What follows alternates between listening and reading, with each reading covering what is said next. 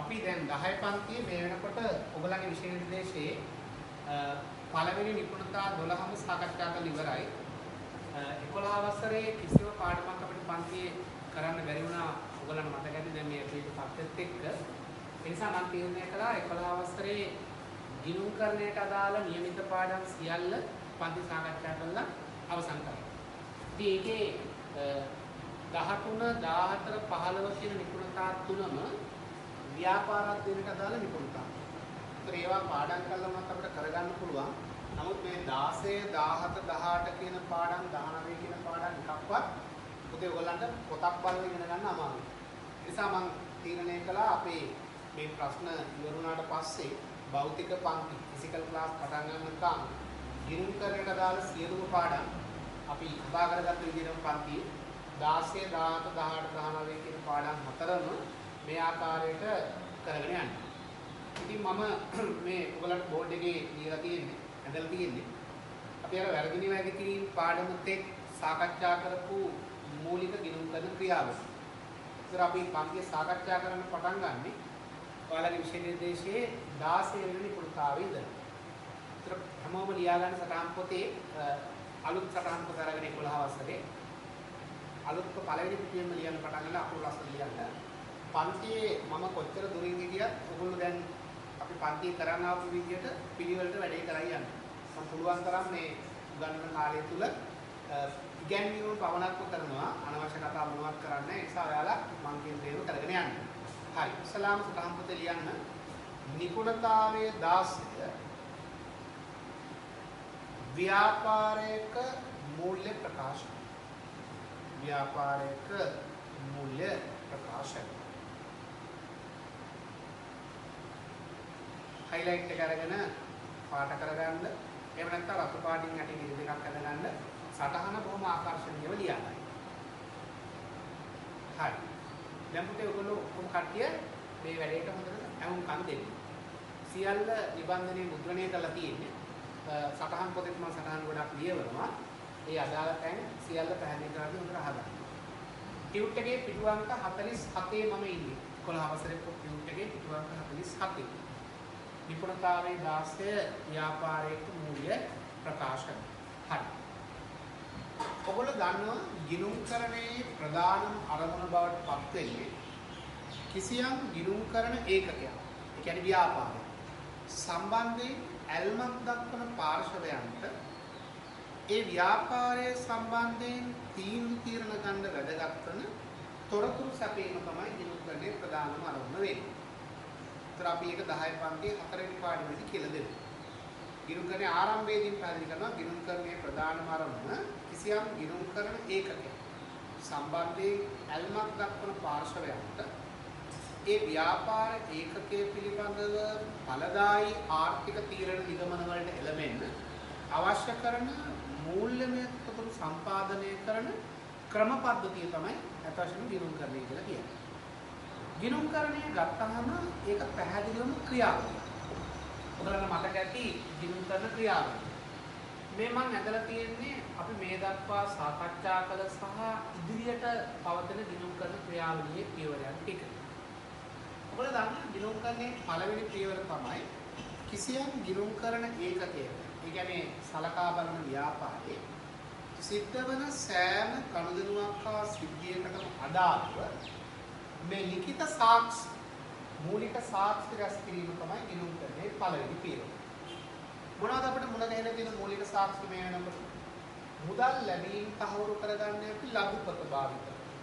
ඒකට ලැබීම් කුයිතාංශය මුදල් මැනේ කියලා කියනවා. ඒක මුදල් පොතේ මූලික සාක්ෂි. මුදල් පොතේ සහ බැංකු ගිණුමේ අර පැත්තේ ගනුදෙනු වාර්තා කරන්න යොදා ගන්න මූලික සාක්ෂිය තමයි ලඝුපත. ගෙවීම් වවුචර්. මේ මුදල් පොතේ සහ බැංකු ගිණුමේ බැර පැත්තේ ගනුදෙනු වාර්තා කරන්න යොදා ගන්න මූලික සාක්ෂිය. ගැනුම් ඉන්වොයිසිය, ගැනුම් ජර්නලින්. විකුණුම් ඉන්වොයිසිය, විකුණුම් ජර්නලින්. සුළු මුදල් වවුචරේ, සුළු මුදල් ජර්නල්.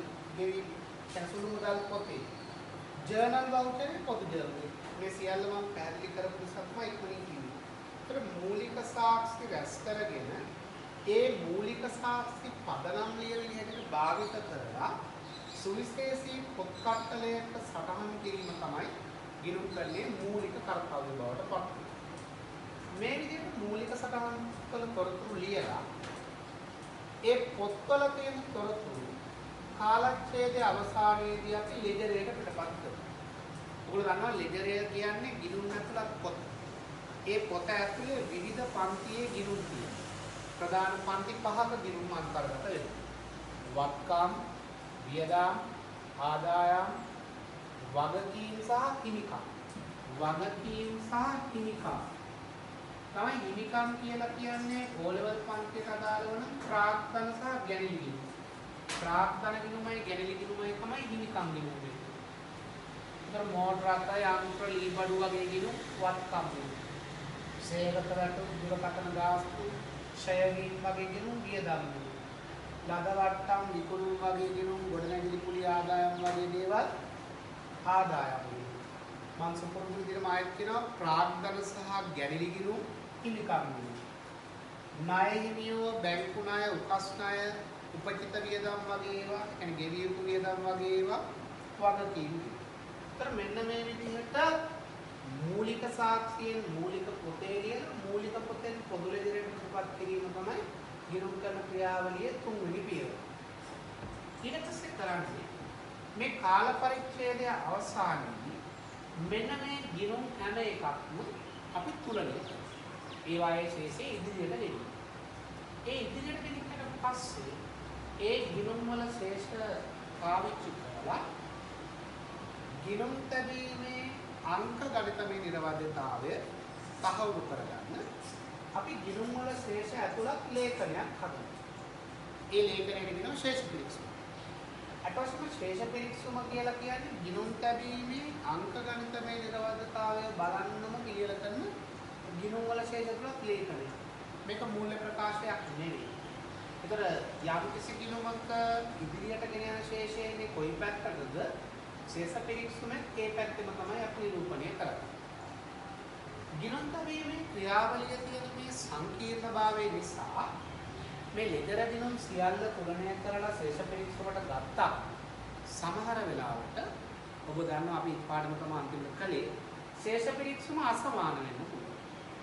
මේ විදිහට ශේෂ පිරික්සුමක් අසමාන වෙලා තිබුණොත් එහි වෙනස අවිනිශ්චිත ගිණුමකට ගෙනිහිලා අපි ඊළඟට කරන්නේ ගිණුම් කරන වැරදි නිවැරදි කිරීමේ කාර්යය.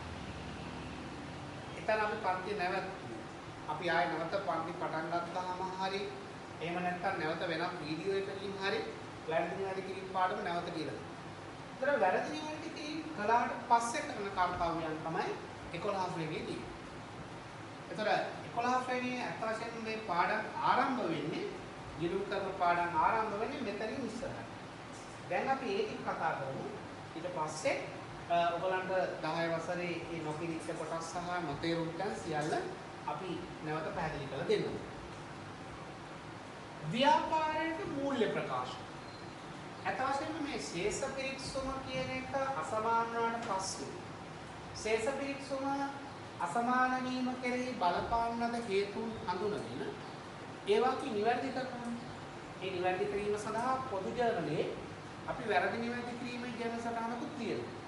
ඒ වගේම සියලු ගිණුම් කරන දෝෂ නිවැරදි කළාට පස්සේ අපි ගන්නවා අර අවිනිශ්චිත ගිණුම අවලංගු වෙලා යනවා. ඒතර අවිනිශ්චිත ගිණුම අවෝසි වුණාට පස්සේ ප්‍රායෝගික ගිණුම් කරන්නේදී කෙරෙන්නේ ඊළඟ අවස්ථාවේදී ගැළපුම් කියලා දෙයක් සිදු කරනවා. මේක 11 පන්තියේ 17 වෙනි නිපුණතාවයේදී අපි ගන්නවා.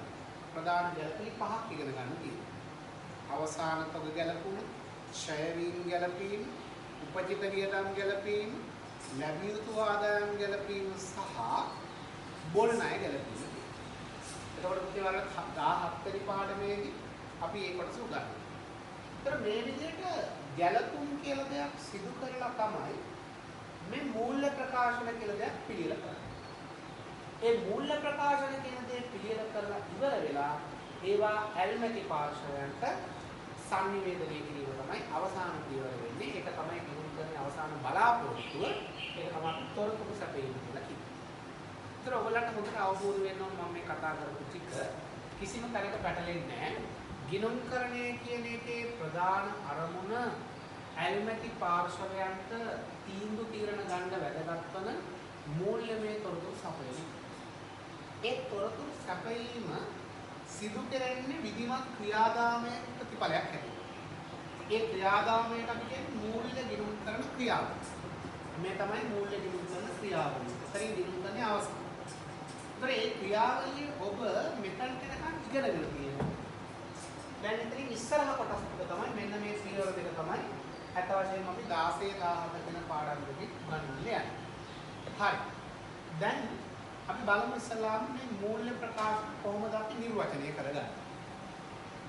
අපි දන්නවා දැන් ඔයාලගේ පාසල ඔයගොල්ලෝ වාර පරීක්ෂණයකට ප්‍රවේශ සිටියට පස්සේ ඒ වාරයට අදාළව ඔයාගේ ප්‍රගතිය මැනීම ඊට පස්සේ දෙමව්පියන්ට ඒ තොරතුරු ටික ලබා දෙන්න ඒ කියන්නේ වාරයකට අදාළව ඔයාලගේ ප්‍රගති වාර්තාවක් සකස් කරනවා.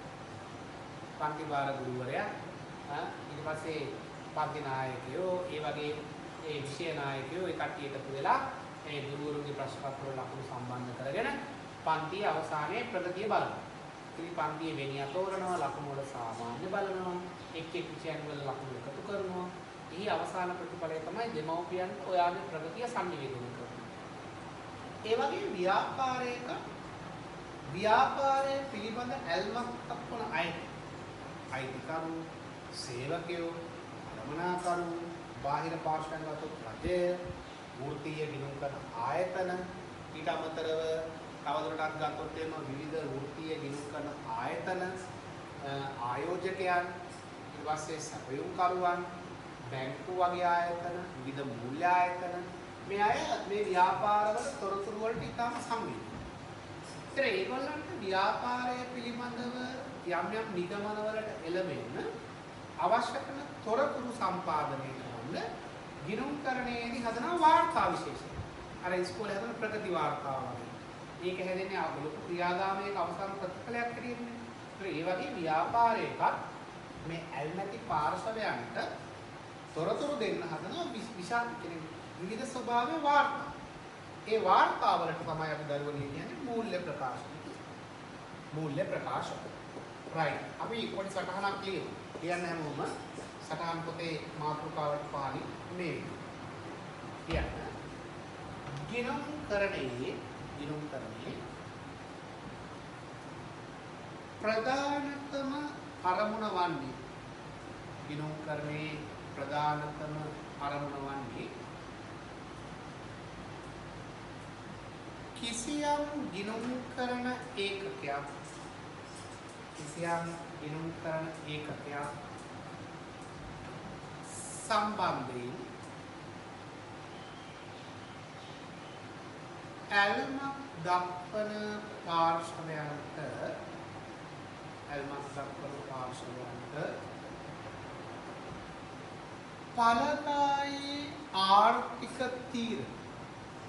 ඵලදායී ආර්ථික තීරණ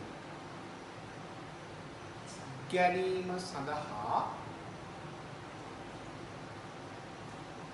වැදගත් වන්නා වූ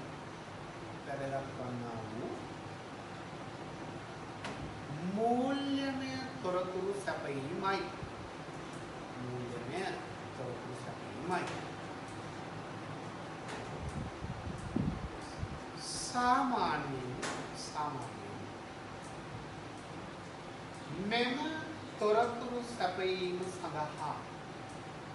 සාමාන්‍යයෙන් මෙම තොරතුරු සැපයීම සඳහා ගණකාධිකාරීවරයා විසින්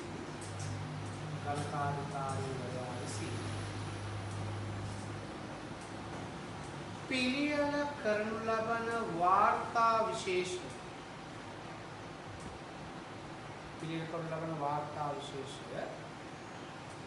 රතු පාට පැනීම මූල්‍ය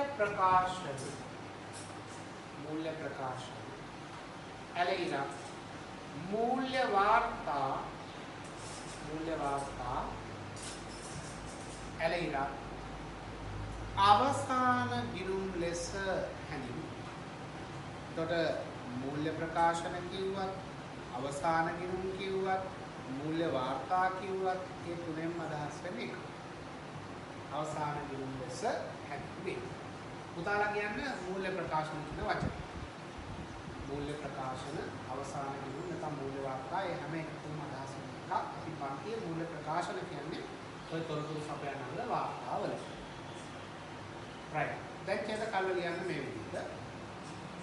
ව්‍යාපාරයක වාර්ෂික මූල්‍ය කාර්ය සාධන. ව්‍යාපාරයක වාර්ෂික මූල්‍ය කාර්ය සාධන. ඒ කියන්නේ ලාභ පාඩු මෙහෙයුම් ප්‍රතිඵලය. වාර්ෂික මූල්‍ය කාර්ය සාධනය කමා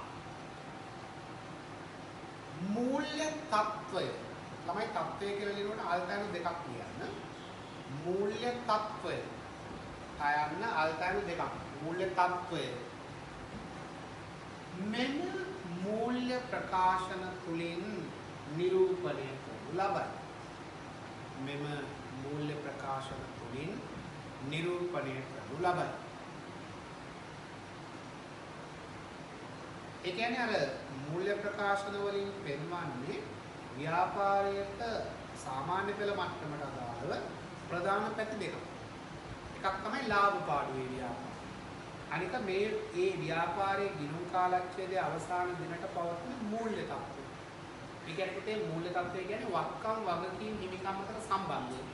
අර ගිණුම් කරන්නේ පස්වෙනි පාඩමේ අපි ඉගෙන ගන්න ව්‍යාපාර 10 පන්තියේදී වක්කම් සමානයි හිමිකම දන වගකීම් කිය. ඔන්න ඔය ගිණුම් කරන සමීකරණ සම්බන්ධතාවයට තමයි අපි මූල්‍ය තත්ත්වය කියන්නේ. ඒ මූල්‍ය තත්ත්වය පෙන්වන්නත් වෙන වාර්තාවක් හදනවා. ලාභ පාඩු පෙන්වන්නත් වෙන වාර්තාවක් හදනවා. ඒ දෙකටම පොදු වෙන්නේ කියන්නේ මූල්‍ය ප්‍රකාශනය. right? ඒතර අපි අවසාන ලියන්න නැති මූල්‍ය තත්ත්වය පෙන්වුම් කිරීම ඒ වාර්තාවලින් කියනවා. ලියන්න තවදුරටත් මේ විදිහට ප්‍රධාන වශයෙන්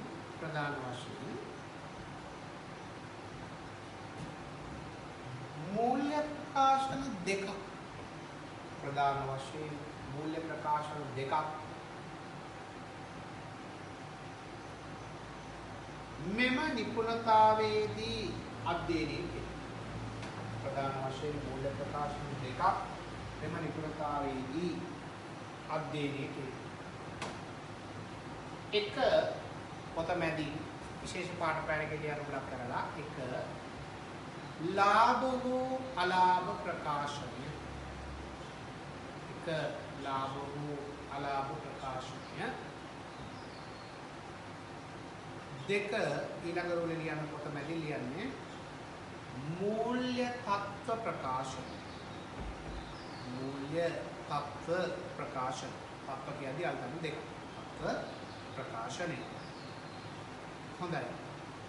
දැන් පුතේ අපි ඔය මූල්‍ය ප්‍රකාශන එකින් එක සාකච්ඡා කරන්න යන්නේ.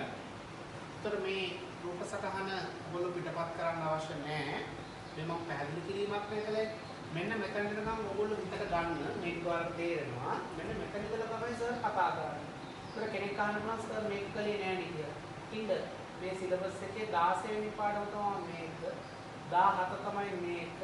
අතරම මේක කරලා තමයි මේක කරන්න ඕන. නමුත් සිලබස් එකේ තියෙන්නේ මේක උගන්වලා මේක උගන්වන්න. ඒ නිසා තමයි මේ පාඩම කරන්නේ. කිසිදු පාඩමක් භාගයට ගන්නලා අරින්නේ නැහැ. ඒ නිසා කිසිම ළමයි බය වෙන්න එපා. සියලුම පාඩම් නිවැරදිව හරියට කරන්න. මේ හැම වීඩියෝ එකක්ම ඔයගොල්ලෝ හරියට බලන්න. ඒකත් එක්ක හරියට වැඩ ටික කරලා යන්න බලන්න කොහේ හරි පැටලෙනවාද කියලා බලන්න. හරි. අපි අනුමාත්‍රකාවක් ගමු රතු පාට පැණි නම් එක දාලා රෝලක් කරලා ටිකක් ලොකු අකුරෙන් ගන්න. ලාභ හෝ අලාභ ප්‍රකාශන. ලාභ හෝ අලාභ ප්‍රකාශන. ඉතින් අපි කතා කරන පළවෙනි මූල්‍ය ප්‍රකාශනයේ ව්‍යාපාරයක ලාභ හෝ අලාභ ප්‍රකාශන. අපි දන්නේ මේ ඕනම ව්‍යාපාරයක් හැම ව්‍යාපාරයක්ම කිව්වොත් ඒක වැරදි. බොහෝ ව්‍යාපාර ක්‍රියාත්මක වෙන්නේ ලාභ පෙරදරි කරගෙන. ලාභය තමයි ගොඩක් ව්‍යාපාරවල ප්‍රධානම අරමුණ බවට පත් වෙන්නේ. ව්‍යාපාරයක් අතර පවත්වාගෙන යන ලාභ වැදගත්නේ. සේවකයන්ට වැටුප් ගෙවන්න, සමාගමක නම් ඒ ආයෝජකයන්ට ලාභාංශ ගෙවන්න, ආයතනයේ මෙහෙයුම් වියදම් පියවා ගන්න, යන්ත්‍ර සූත්‍ර වගේ දේවල් නඩත්තු කරන්න ව්‍යාපාරවලට ලාභ වැදගත්. ඇත්තටම ලාභය කියන්නේ ව්‍යාපාරිකයේ අභිප්‍රේරණය කරන සාධක. මොකද ලාභ ලබන්න තමයි ව්‍යාපාරිකයා ඒ ව්‍යාපාරයට තමන්ගේ කරන කැපකිරීම වැඩි කරන්නේ. දැන් මේ වගේ රටේ පවතින වර්තමාන තත්ත්වයට තේරෙන ගොඩක් ව්‍යාපාර ලාභ නෙමෙයි ලබන්නේ. අලාභ. ඒ නිසා බොහෝ ව්‍යාපාරිකයෝ උත්සාහ කරනවා. කලමනාකරු තමන්ගේ උපක්‍රම සැලසුම් සකස් කරන්නේ මේ වෙළඳපොලේ පවතින මේ ගතික ස්වභාවය. මේ සියල්ල හමුවේ ව්‍යාපාරවල ලාභ අපේක්ෂා ඉෂ්ට කරගන්න.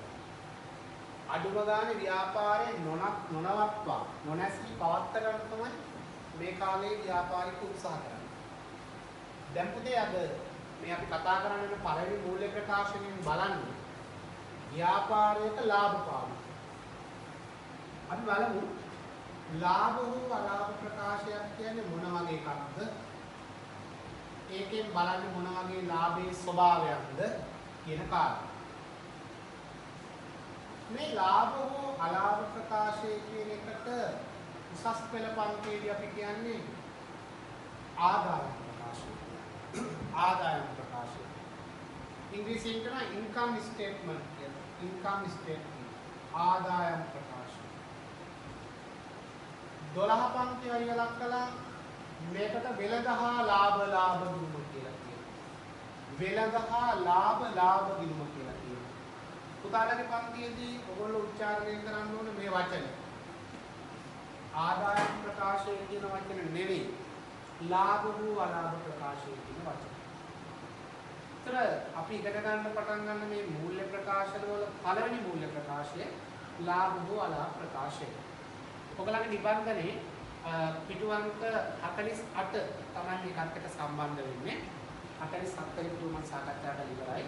48 පිටුව තමයි දැන් මේ සාකච්ඡා වෙන්නේ. රයිට්. සටහන් පොතේ ලියන නෝට් එක තමයි වැදගත් වෙන්නේ. නිබන්ධනයේ තියෙන නෝට් එක නිකන් කියවා ගන්න. ඒකේ ඔක්කොම සම්පූර්ණ මුද්‍රණය කරලා තියෙනවා. හරි. ආදායම් ප්‍රකාශ. එහෙම නැත්නම් ලාභ හෝ අලාභ ප්‍රකාශ. කිසියම් ව්‍යාපාරයක් යම් කිසි කාල පරිච්ඡේදයක් තුල. අතවශ්‍යම දැන් අපි ගිණුම්කරණය කරන්න දරුවනේ යම් කාල පරිච්ඡේදයකට. උදාහරණයකට ගත්තොත් 2020 ජනවාරි පළවෙනිදා ඉඳලා 2020 දෙසැම්බර් 31 දක්වා කාල පරිච්ඡේදය තුල සිද්ධ වෙච්ච ගනුදෙනු සිද්ධීන් තමයි අපි අර විදිහට පොත්පත්වල වාර්තා කරලා මේ කාල පරිච්ඡේදය තමයි මූල්‍ය ප්‍රකාශන සකස් කරන්නේ. අතරම ගිණුම්කරණයේදී යම් වර්ෂයක ප්‍රතිඵල මැනීම සිද්ධ කරන්නේ ඒ වර්ෂය ඉවර වෙලා ඊළඟ අවුරුද්ද. ගිණුම්කරණයේදී මූල්‍ය ප්‍රකාශන පිළියෙල කරලා ඇල්මැටි පාර්ශ්වයන්ට ලබා දෙන්න සාධාරණ කාලයක් දීලා තියෙනවා. සාමාන්‍යයෙන් මාස 6ක්. ඒ කියන්නේ ගිණුම්කරණ කාලච්ඡේදය ඉවර වෙලා මාස 6ක් ඇතුළත තමයි ඇල්මැටි පාර්ශ්වයන්ට තොරතුරු සැපීම අනිවාර්ය වෙන්නේ. ඒතර මේ වර්ෂයට අදාළ මූල්‍ය ප්‍රකාශන ප්‍රායෝගිකව පිළියෙල කෙරෙන්නේ ඊළඟ කාල අවුරුද්දේ මුල් කාර්යතුව නැත්නම් ඒ කාල පරිච්ඡේද තුල. නමුත් මාස 6ක් යන ප්‍රථමයෙන් ඇල්මැටි පාර්ශ්වයන්ට තොරතුරු ලබා දීම අනිවාර්ය අංගයක් වෙනවා. එතකොට දරුවෝ අර තේරුම් ගන්න මූල්‍ය ගිණුම්කරණය තමයි O level වලට තියෙන්නේ. ඒ අපි කතා කරන හැම එකක්ම අතීත කාලයට අදාළ දේවල්. ඒ කියන්නේ වෙච්ච දේවල්. ඒක නිසා තමයි අපි ගණන් හදනකොට එහෙම ප්‍රාර්ථන යෙදුවා කියලා කියන්නේ. යෙදීමට අපේක්ෂිත ප්‍රාර්ථනයන් අපි පොත්වල ලියන්නේ යොදපු එක විතරයි ලියන්නේ. ඒ කියන්නේ අතීත කාලයට අදාළ දේවල් විතරයි අපි පොත්පත්වල වාර්තා කරන්නේ. ඒ නිසා සර් කතා කරන හැම එකක්ම වෙච්ච જાතිගේ මේ විශේෂ ස්වභාවය. ඒතර ලාභ හෝ අලාභ ප්‍රකාශනය කින් කරන්නේ මෙන්න මේ වගේ යම් ගිණුම් කාල පරිච්ඡේදයක්. බොහෝ වෙලාවට වර්ෂ. ඒ වර්ෂයේ තුල ව්‍යාපාරයේ ක්‍රියාත්මක වීම නිසා ලබනවන යම් යම් ආදායම් ඒ වගේම දරනවන යම් වියදම් මෙන්න මේ ආදායම් සහ වියදම් කියන ගිණුම් වර්ග දෙක පාවිච්චි කරලා ඒ ව්‍යාපාරයේ ඒ කාල පරිච්ඡේදයේ ලැබපු මෙහෙයුම් ප්‍රතිඵලය ඕකටම කියනවා මූල්‍ය කාර්ය සාධනය කියලා. මෙහෙයුම් ප්‍රතිඵලය කියලා කිව්වත් මූල්‍ය කාර්ය සාධනය කියලා කිව්වත් ඒ දෙකෙන්ම අදහස් වෙන්නේ එකක්. ඒතර කිසියම් ව්‍යාපාරයක් යම් නිශ්චිත ගිණුම් කාල පරිච්ඡේදයක් අවසානයේදී ඒ ව්‍යාපාරයේ වාර්ෂික මෙහෙයුම් කාර්ය සාධනය නැත්නම් ලාභ පාඩු ගණන් බලන්න පිළියෙල කරන විශේෂ වාර්තාවක්. මූල්‍ය ප්‍රකාශනය. අන්නේ මූල්‍ය ප්‍රකාශනයට අපි කියනවා දරුවනේ ලාභ හෝ අලාභ ප්‍රකාශනය. ඒතර ලාභ හෝ අලාභ ප්‍රකාශයක් කියන්නේ මොකද්ද? යම් කිසි ව්‍යාපාරයක් කිසියම් කාල පරිච්ඡේදයක් තුල ලැබූ මෙහෙයුම් ප්‍රතිඵලය එහෙම නැත්නම් මූල්‍ය කාර්ය සාධනය ගණන් බලන්න පිළියෙල කරන මූල්‍ය ප්‍රකාශනය. මේ මූල්‍ය ප්‍රකාශන පිළියෙල කිරීම සඳහා අපි තෝරාගන්නේ අර ශේෂ පිරික්සුමේ තියෙන නැත්නම් භෞතිකව පවතින ලෙජරේ තියෙන ප්‍රධාන ගිණුම් පන්ති දෙකක්. ඒ ගිණුම් පන්ති දෙක තමයි පුතේ ආදායම් සහ වියදම්. ඔයගොල්ලෝ දන්නවා ලාභය කියන එක හොයාගන්නේ ආදායම් වලින් වියදම් අඩු කරලා.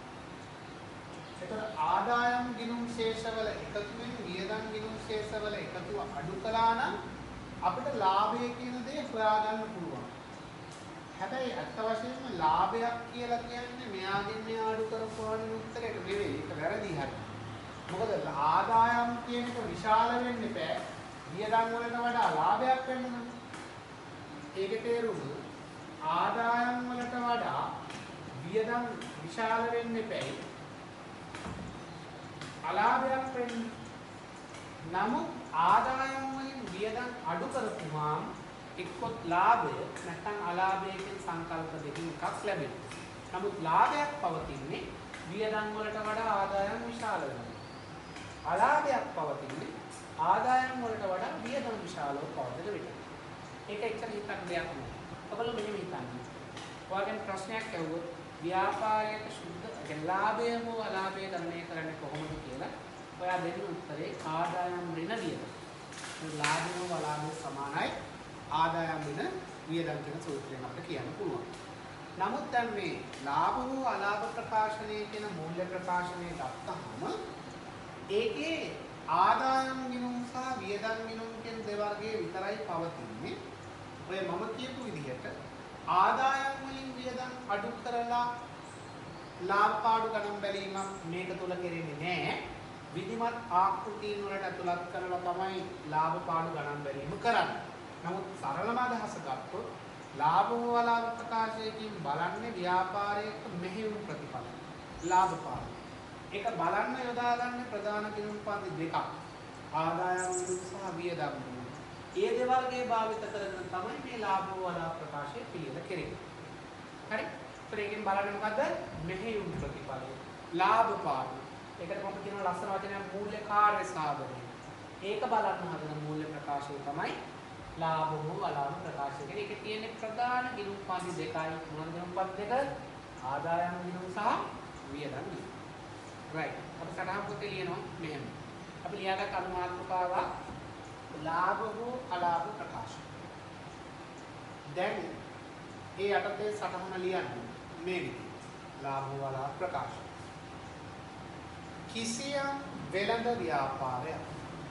පුතේ වෙළඳ ව්‍යාපාර ගැන විතරයි අපි ඔලොල්ලෝ කතා කරන්නේ. ඒ කියන්නේ භාණ්ඩ පිටතින් මිලටගෙන විකුණන ව්‍යාපාරය. කිසියම් වෙළඳ ව්‍යාපාරයක්. යම් නිශ්චිත ගිණුම් කාල පරිච්ඡේදය. ඒක ජනවාරි 1 වෙනිදාන් පටන් ගන්න 12:31 වෙන්න ඕනේ නැහැ. බොහෝ වෙලාවට වර්ෂයක්. 4 එකෙන් පටන් ගත්තොත් ඊළඟ අවුරුද්දේ 3:31. බොහෝ වෙලාවට වර්ෂයක කාල පරිච්ඡේදයක් තමයි. කිසියම් වෙළඳ ව්‍යාපාරයක් යම් නිශ්චිත ගිණුම් කාල පරිච්ඡේදයක් අවසානයේදී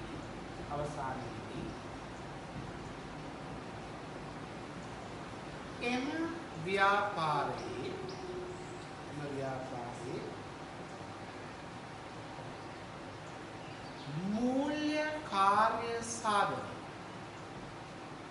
මූල්‍ය කාර්ය සාධන ඇලෙයිලා විශේෂ පාඩ පැන පිළිවෙලක් හොඳයි. මේ මූල්‍ය කාර්ය සාධනයේ කියන ලියලා ඇලෙයිලා ගන්නක විශේෂ පාඩ පිළිවෙලක්.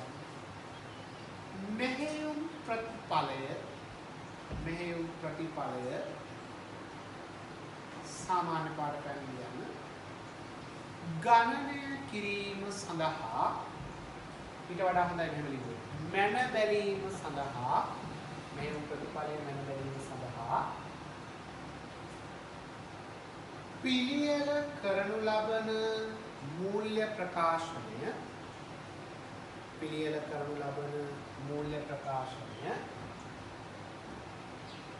රත්පාට පැහැදිලිවන්න ලාභ හෝ අලාභ ප්‍රකාශනය වේ. ලාභ හෝ අලාභ ප්‍රකාශනය වේ.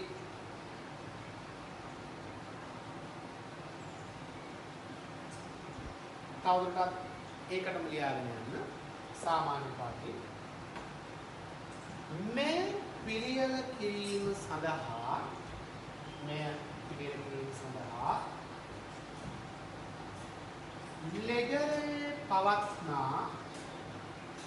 ලෙජරේ පවත්නා ප්‍රධාන ගිණුම් දෙවර්ගයක් එනම් වකුපාට කරන්නේ ආදායම් ගිණුම් සහ වියදම් ගිණුම්. ආදායම් ගිණුම් සහ වියදම් ගිණුම් යොදා ගැනීම. ආදායම් සහ වියදම් ගිණුම් යොදා ගැනීම.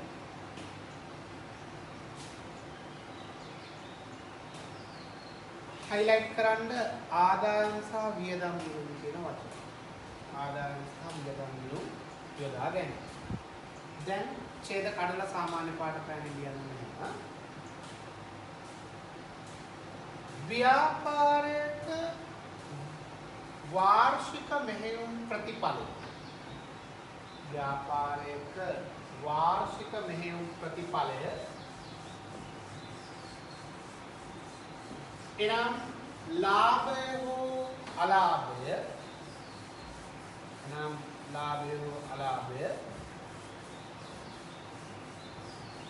සාමාන්‍යයෙන් ගණනය කරනු ලබන්නේ කටුපාට පැන ලියන්න ආදායම් වල එකතුවෙන් වියදම් වල එකතුව අඩු කිරීම මගින්. ආදායම් වල එකතුවෙන් වියදම් වල එකතුව අඩු කිරීම මගින්. ඒ අනුව පහත සඳහන් ආකාරයට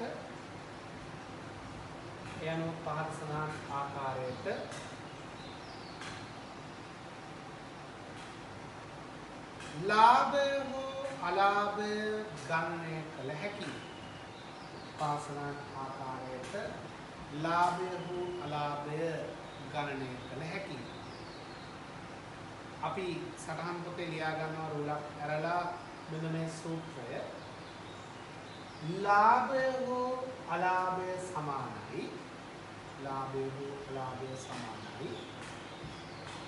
ආදායම් ඍණ වියදම්. ලාභය හෝ අලාභය සමානයි.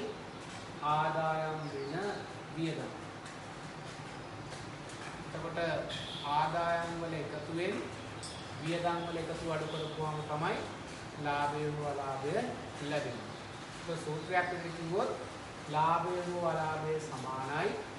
ආදායම් ඍණ වියදම්. හරි. කොටු කරගන්න.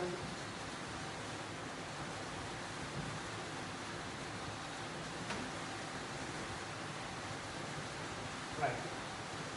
දැන් ඊළඟ කොටස. ඇත්තටම මේ ලාභය හෝ අලාභය කියන එක ආදායම් වලින් වියදම් අඩු කරලා ගත්තට මේ ලාභය හෝ අලාභයේ ස්වභාවයන් දෙකක් අපි හඳුනා ගන්නවා. අතරම මේ ලාභය හෝ අලාභය කියන සංකල්පය ගත්තහම අපි දරුවනේ ඒකේ ස්වභාවයන් දෙකක් හඳුනා ගන්නවා. එකක් තමයි දල ලාභය.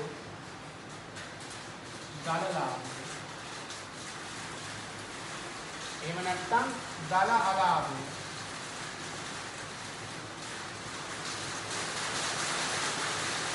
අනිත් එක සුද්ධ ලාභය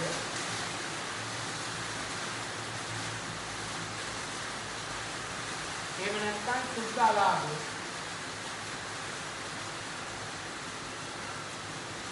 එතකොට ලාභයේ ප්‍රධාන ස්වභාවයන් දෙකයි.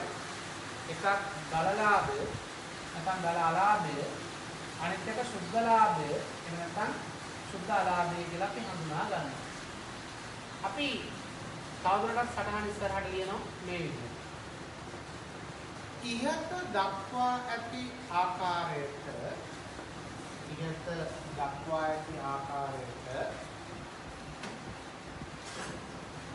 ගණනය කරනු ලබන ලාභයේ හෝ අලාභයේ ඉහත දක්වා ඇති ආකාරයට ගණනය කරන ලාභයේ හෝ අලාභයේ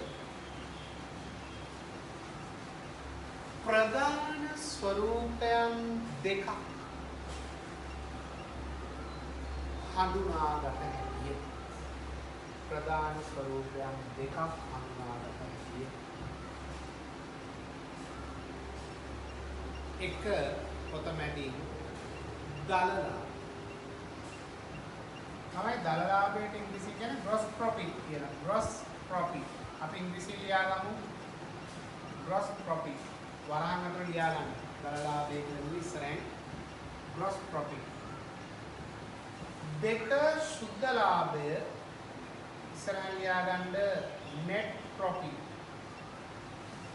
සුද්ධ ලාභය net profit. දලලාභය සුද්ධ ලාභය. මම පැහැදිලිව කිව්වා ලාභ වූ අලාභ ප්‍රකාශයෙන් බලන්නේ ව්‍යාපාරයක වාර්ෂික මෙහෙයුම් ප්‍රතිඵල. ඒ කියන්නේ ලාභ පාඩු.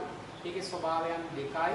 දල ලාභය, සුද්ධ ලාභය මේ දෙවර්ගයේ පිළිල කරන් අපි යොදාගන්නේ ලෙඩරේ තියෙන ගිණුම් පන්ති දෙකයි ආදායම් ගිණුම් සහ වියදම් ගිණුම්. ඒතර ආදායම් වියදම් ගිණුම් පාවිච්චි කරලා බලන්නේ ලාභයේ ස්වභාවයන් දෙකයි. එක්ක දල ලාභය නැත්නම් සුද්ධ ලාභය. මේ තමයි ලාභයේ ස්වභාවයන් දෙක. right. දැන් අපි අනුමාත්‍රකාවක් ගමු. දල ලාභය කියලා. කියන සටහන් පොතේ අනුමාත්‍රකාව රූලක් කරලා සාමාන්‍ය පාඩියෙන් හයිලයිට් කරන්න දල ලාභය. වරහන් ඇතුලේ ඉංග්‍රීසියෙන් ලියා ගන්න ආයත පාරක් එකේ ඉංග්‍රීසි තේරුම ඉංග්‍රීසියෙන් එක උච්චාරණය කරන විදිහ gross profit කියලා කියනවා. gross profit. දල ලාභය. ඒතර ලාභෝ වලා ප්‍රකාශයෙන් බලන්නේ ලාභයේ හෝ අලාභයේ. ඒ කියන්නේ මෙහෙයුම් ප්‍රතිඵලය. ඒකේ ලාභවල ස්වභාවයන් දෙකයි. එක්ක දල ලාභය නැත්නම් සුද්ධ ලාභය. අපි දැන් බලමු දල ලාභය කියන්නේ මොකක්ද? ඒක කොහොමද ගණනය කරන්නේ? ලාභ හෝ අලාභ ප්‍රකාශය තුලින් කියලා. හොඳයි. දල ලාභය.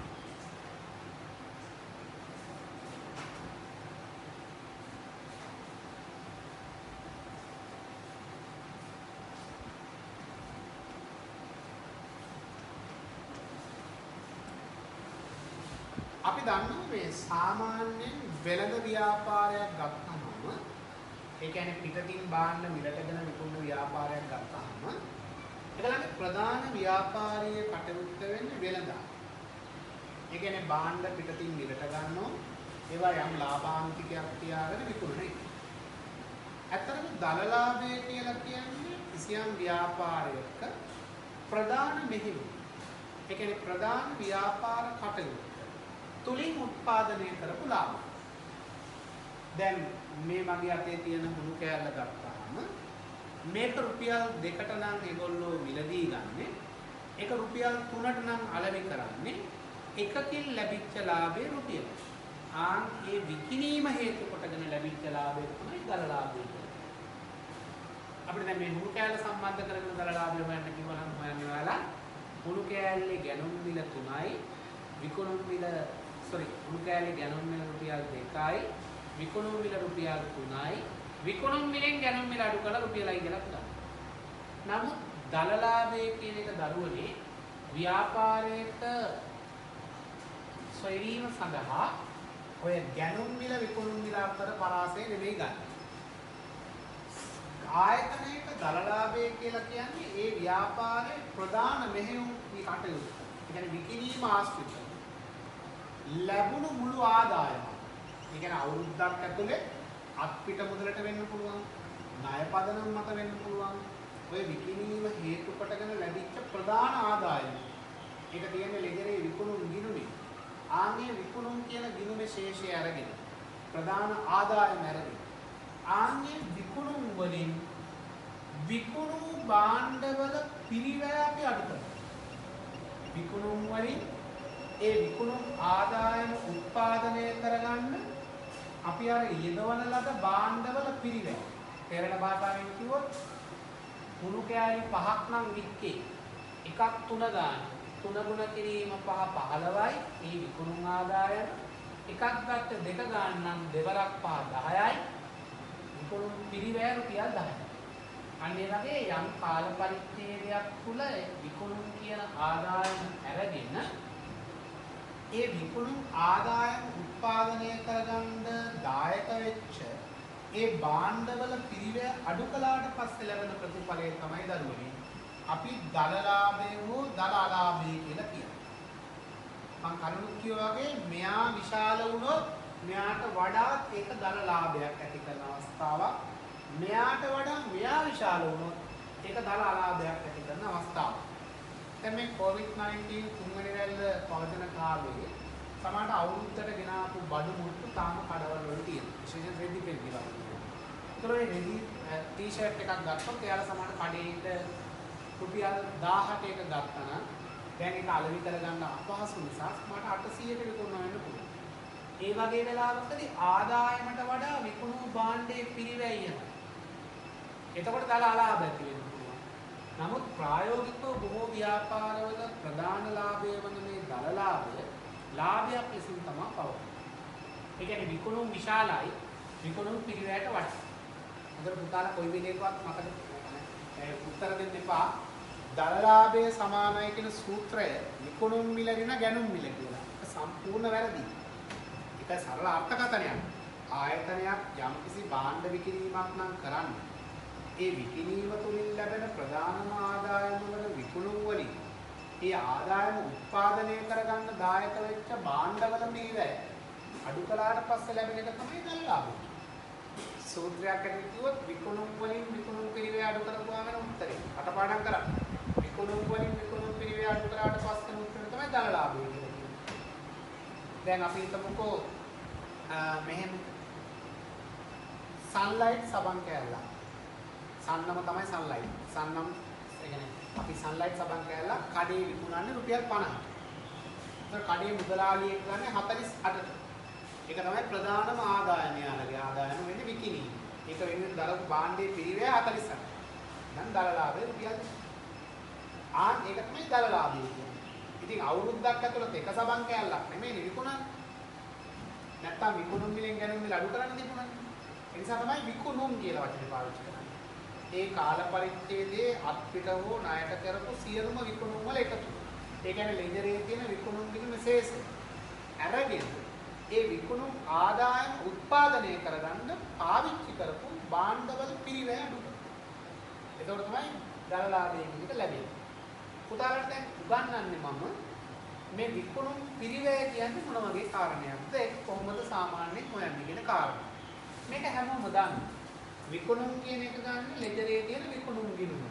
නමුත් විකුණුම් පිරිවැය කියන එක එහෙම ගිණුමකින් ගන්න බෑ. ඒක හදලා ගන්න ඕන. ඒක හදන ක්‍රමවේදයක් තියෙනවා. ඒක තමයි අපි පුරුදු සාකච්ඡා කරන්න දැන්. රයිට්. අපි ලියමු.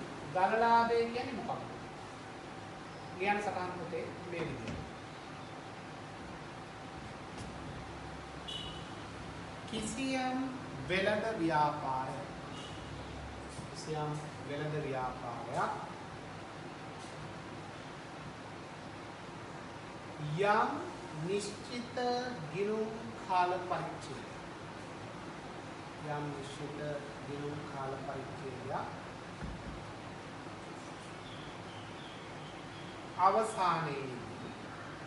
යම් නිශ්චිත ගිණුම් කාල පරිච්ඡේදයක් අවසානයේදී එම ව්‍යාපාරයේ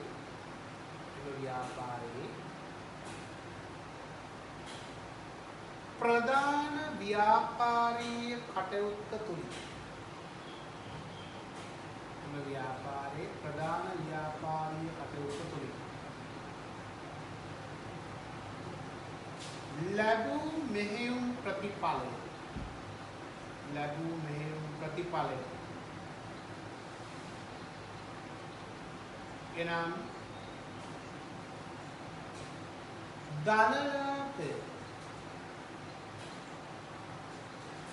එනම් දලලාභය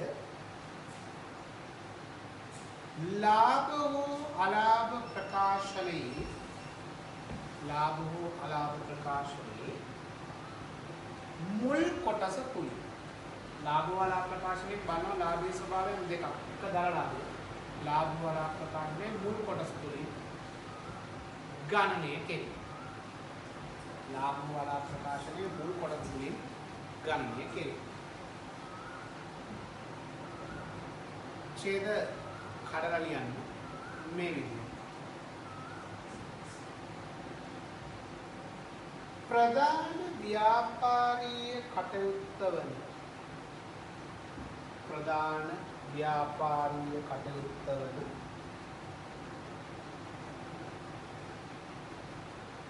වෙළඳාම තුලින් නැත්නම් විකිණීම තුලින් එහෙම කියන්නේ විකිණීම තුලින්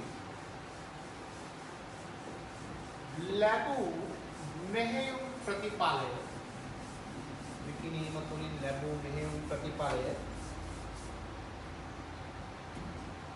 දලලාභය වන අතර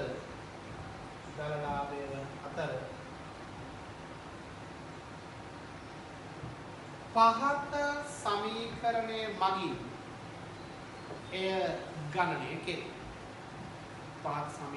මගින් එය ගණනය කෙරේ. රූලක් කරලා කොටු කරගන්න බලාගෙන මේ සූත්‍රය ලියා ගන්න. දලලාභය හෝ අලාභය සමාන. දලලාභය ඇලයිරක් අලාභය. දලලාභයක් වෙන්න පුළුවන්. දලලාභය ඇලයිරක් දලලාභය සමානයි. විකුණුම් ඍණ විකුණුම්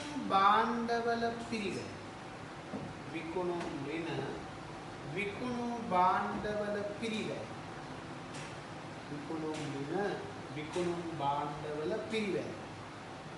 කොටු කරගන්න. විකුණුම් ඍණ විකුණුම් භාණ්ඩවල පිරිවැය. right. දැන් අපි බලමු දලලාභය කියන එක කොහොමද හදන්නේ. right. එතකොට දලලාභය කියන එක ඔය විකුණුම් වලින් විකුණුම් පිරිවැය අඩු කරලා ගන්නවා වුණාට මම පැහැදිලිව කිව්වා මේක ලාභ හෝ අලාභ ප්‍රකාශය තුලින් හදලා පෙන්නනවා. එතනදී අපිට විකුණුම් භාණ්ඩවල පිරිවැය හදලා පෙන්වන්න වෙනවා. ඒ සඳහා විශේෂ ක්‍රමවේදයක් පාවිච්චි කරනවා. අපි දැන් බලමු විකුණුම් භාණ්ඩවල පිරිවැය ගණනය කරලා ඒ ඔස්සේ දලලාභය හොයාගන්නේ කොහොමද? right. මොකද මේ විකුණුම් පිරිවැය කියන්නේ කොහොමද ඒක හොයන්නේ? මම පොඩි සරල උදාහරණයක් ඔයාලට දෙන්නම්. ඒතර ඔයාලට තේරෙනවා මේ විකුණුම් පිරිවැය කියන්නේ මොන වගේ දෙයක්ද කියලා. දැන් අපි හිතමු මෙහෙම. අපි ගණන් හදන්නේ 2020 ජනවාරි පළවෙනිදාකින් ආරම්භ වෙලා 2020 දෙසැම්බර් 31 අවසන් වන කාලච්ඡේදය වෙනුවෙන් කියනවා.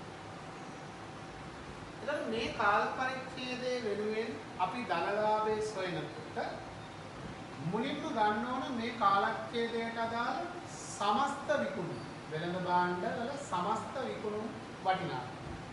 ඒක අර පොදු ලෙජරේ ශේෂ පිරික්සුමේ තියෙන විකුණුම් ගිණුම පාවිච්චි කරලා අපිට ගන්න පුළුවන්. මොකද අපිට විකුණුම් සහ ණයට විකුණුම් කියන දෙවර්ගයේම උපජිත සංකල්ප යනුව වාර්ෂික අදාළව ඒ විකුණුම් ගිණුම තුන සටහන් වෙලා තියෙනවා. ඔය විකුණුම් ගිණුම අපිට කිසිදු බාධාවකින් තොරව දලලාභය හොයන්න ගන්න පුළුවන්කම තිබුණා. අර විකුණුම් භාණ්ඩවල පිරිවැය අපිට එහෙම ගිණුමකින් ගන්න බැහැ. ඒක ප්‍රායෝගිකව ගිණුම්කරණයේදී ගණකාධිකාරීවරුන් විසින් සුවිශේෂී ගණනය කිරීමක් පාවිච්චි කරලා ඒ ඔස්සේ ගණනය කර ගන්නා එකක්.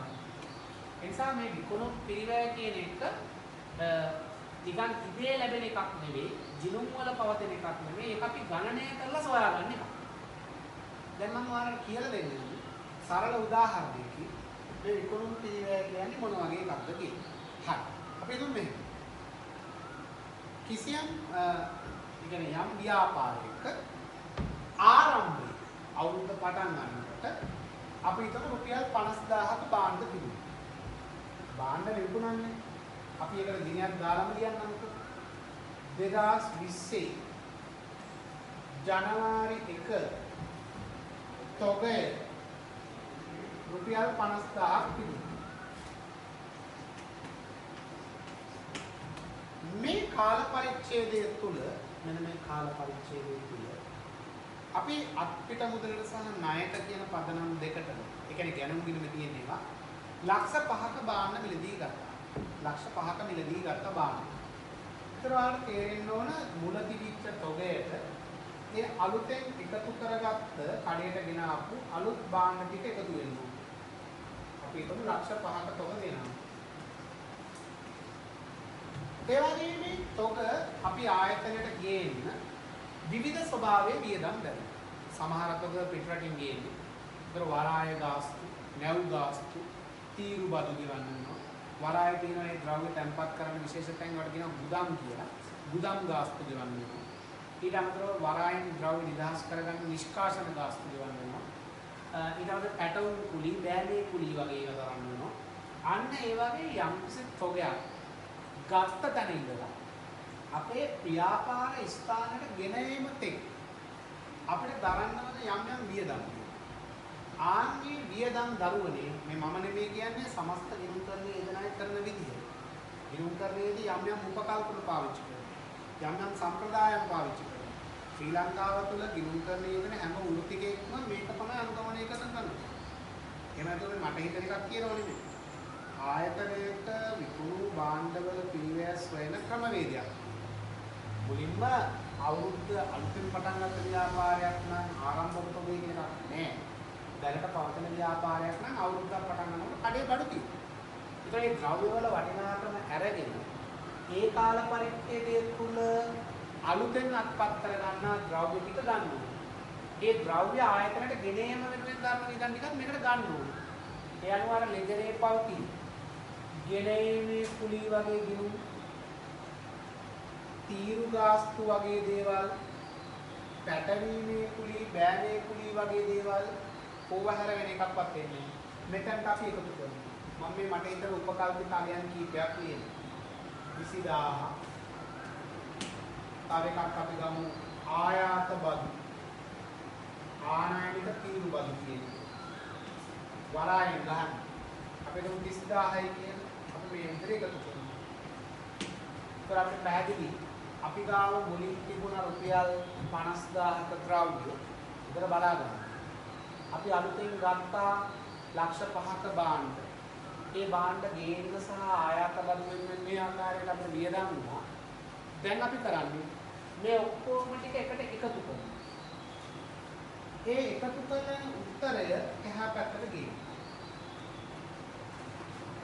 දැන් අපිට පුළුවන් අපි ගාව තිබුණා අවුරුද්ද ආරම්භයේදී රුපියල් ලක්ෂ 5ක භාණ්ඩ අපි මේ කාල පරිච්ඡේදය තුළ ඒ භාණ්ඩ ගෙනීම සඳහා සහ භාවිතයට සුදුසු තත්ත්වයට පත් කරන්න, විකිණීමට සුදුසු තත්ත්වයට පත් කරන්න අපි සුද්ධ වශයෙන් දාලා දෙනවා 5,50,000.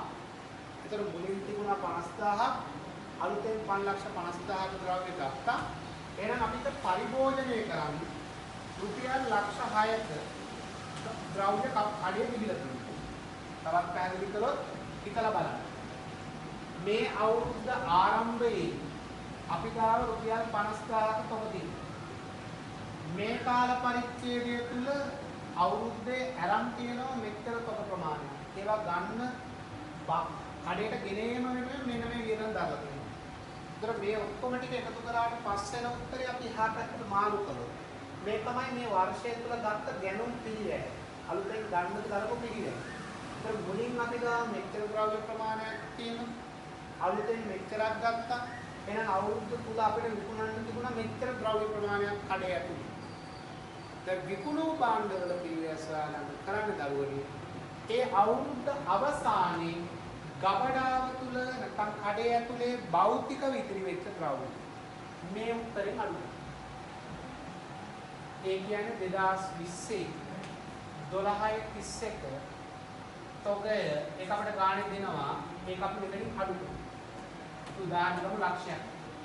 එහෙනම් ඔන්නෝක අඩු කළාට පස්සේ ලැබෙන උත්තරේ ලක්ෂ 5ක් වෙනවා. ඒ උත්තරේ තමයි දරුවනේ අපි කියන්නේ විකුණු පිළිවෙල. එහෙනම් අවබෝධ කරගන්න. විකුණු පිළිවෙල කියන එක අපි ප්‍රායෝගිකව ලාභ හෝ අලාභ ප්‍රකාශයේ ගණනය කරනවා. සාමාන්‍ය පෙළ පන්තියේදී ඕනෑම ගානක විකුණු භාණ්ඩවල පිළිවෙල හොයන්න පුළුවන්. මේ ඉලක්කම් එහෙම මාරු වුණාට කමක් නැහැ. හැබැයි හදන පිළිවෙල මේක. මුලින්ම අපි ගන්න ඕන ආරම්භක තොගය. ඊට පස්සේ ඒකට එකතු කරන්න ඕන ඒ කාල පරිච්ඡේදය තුල කරපු ගැණු, ඒ වගේම ගෙනීමේ කුලී, තීරු ගාස්තු, පැටවුම් කුලී, බෑමේ කුලී, නිෂ්කාශන ගාස්තු වගේ ඒවා එච්චර ප්‍රමාණයක් ගාන වල දෙන එකක් නෑ. විශේෂයෙන් ගෙනීමේ කුලිය දෙයි, පැටවුම් කුලී වගේ දෙයක් දෙයි. ඒ දෙක එකතු කරාට පස්සේ උත්තරේ එහා පැත්තට මාරු කරන්න. ඊටසේ මුල තිබිච්ච එකයි ඒකයි එකතු කළ උත්තරයක් දෙන්න. එයාට නමක් දුන්නොත් මට කියන්න පුළුවන් මෙහෙම මෙන්න මේ ලක්ෂ 6ට මට නමක් කියන්න පුළුවන් මෙහෙම විකිණීමට ඉදිරිපත් කළ තොගය කියලා. විකිණීමට ඉදිරිපත් කළ තොගය කියලා කියන්න පුළුවන්. විකිණීමට ඉදිරිපත් කළ තොගය. ආන්නේ විකිණීමට ඉදිරිපත් කළ තොගේ අර අවුරුද්දක ඉතිරි වෙච්ච භාණ්ඩ ටික අඩු කරනවා. එතකොට තමයි විකුණු භාණ්ඩවල පිළිවෙල අපිට ලැබෙන්නේ. දැන් ඔයාලට පැහැදිලි විකුණුම් මෙතන තියෙනවා. විකුණුම් පිළිවෙල මෙහෙම අපි ගණනය කරලා ගන්නවා. මෙයාගෙන් මෙයා අඩු කරපුවම දරලාභය. ඉතින් ඔක තමයි සාමාන්‍යයෙන් දරලාභය කියන එක හොයන විදිහ. අපි ලාභ හෝ අලාභ ප්‍රකාශයක් ඇඳලා දරලාභය හොයන විදිහ දැන් බලමු. කිසි කෙනෙක් බය වෙන්න එපා. හරිම ලේසි. දරලාභයෙන් හැම ගානකම හොයන්න ඕනේ. කටපාඩම් වුණත් හදන්න පුළුවන්. නමුත් ඇත්ත කතාව තේරුම් ගන්න. යම් කාල පරිච්ඡේදයක විකුණුම් ආදායම අරගෙන ඒ විකුණුම් ආදායම උත්පාදනය කරගන්න දායක වෙච්ච භාණ්ඩවල පිළිවෙල තමයි අපි අඩු කරන්න ඕනේ. ඒක සොයා ගැනීමක් කරලායි කරන්නේ.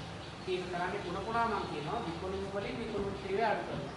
විකුණුම් පිළිවෙල සොයාගන්නේ මේ විදිහට. right. අපි සටහනක් ලියමු මේ විදිහට. ලියන්න සටහන් පොතේ දුරක් කරලා මේ විදිහට.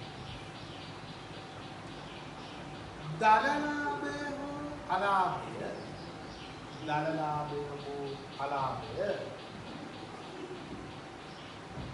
ඉහත දක්වා ඇති සූත්‍රයේ භාවිතයෙන් දරලාභය හෝ අලාභය ඉහත දක්වා ඇති සූත්‍රයේ භාවිතයෙන් ගණනය කළ හැකිවත්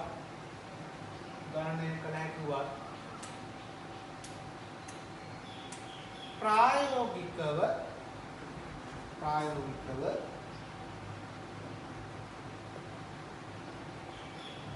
එහි විකුණුම්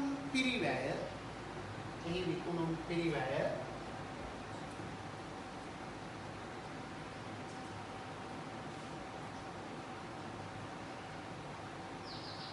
විශේෂ ගණනය කිරීමක්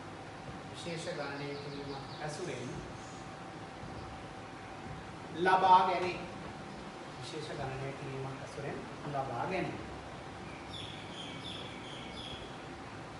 පොදු ලෙකරේ පවතින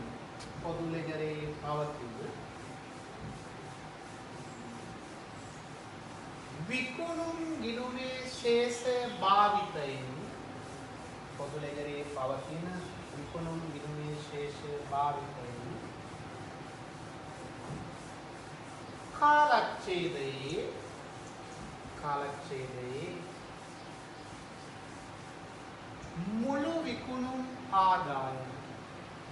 කාලච්ඡේදයේ මුළු විකුණුම් ආදායම ගණනය කරගත හැකි අතර කාලච්ඡේදයේ මුළු විකුණුම් ආදායම ගණනය කරගත හැකි අතර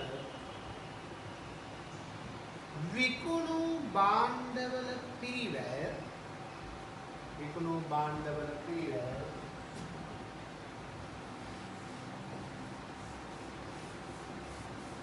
එසේ ගිණුමක් ඇසුරෙන් ගණනය කරගත නොහැකි වේ. එසේ ගිණුමක් ඇසුරෙන් ගණනය කරගත නොහැකි වේ.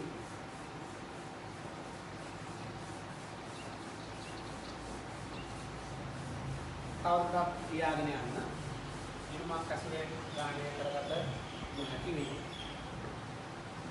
අදාළ ගිණුම් කාලච්ඡේදය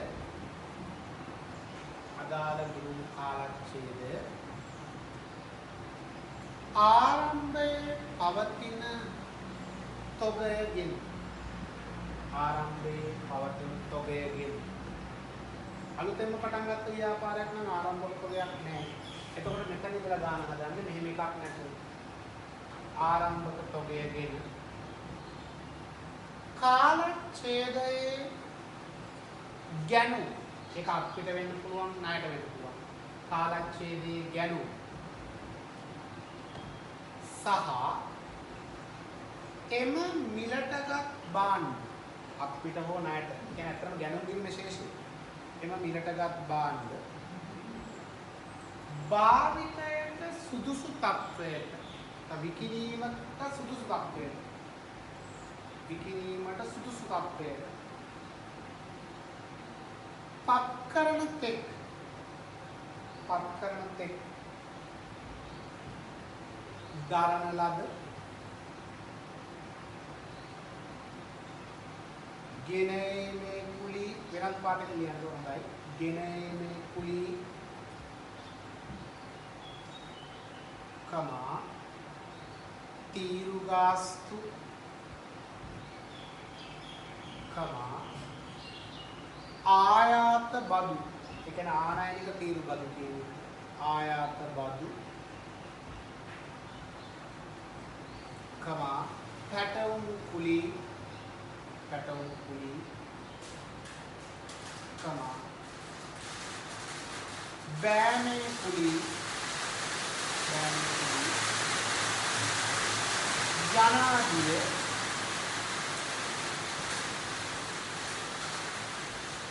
ඊට එකතු කොට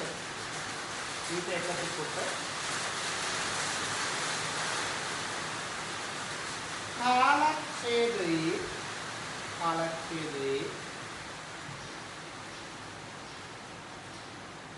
රතුපාට පෑන ලියන්න. විකිණීමට ඉදිරිපත් කළ තොගය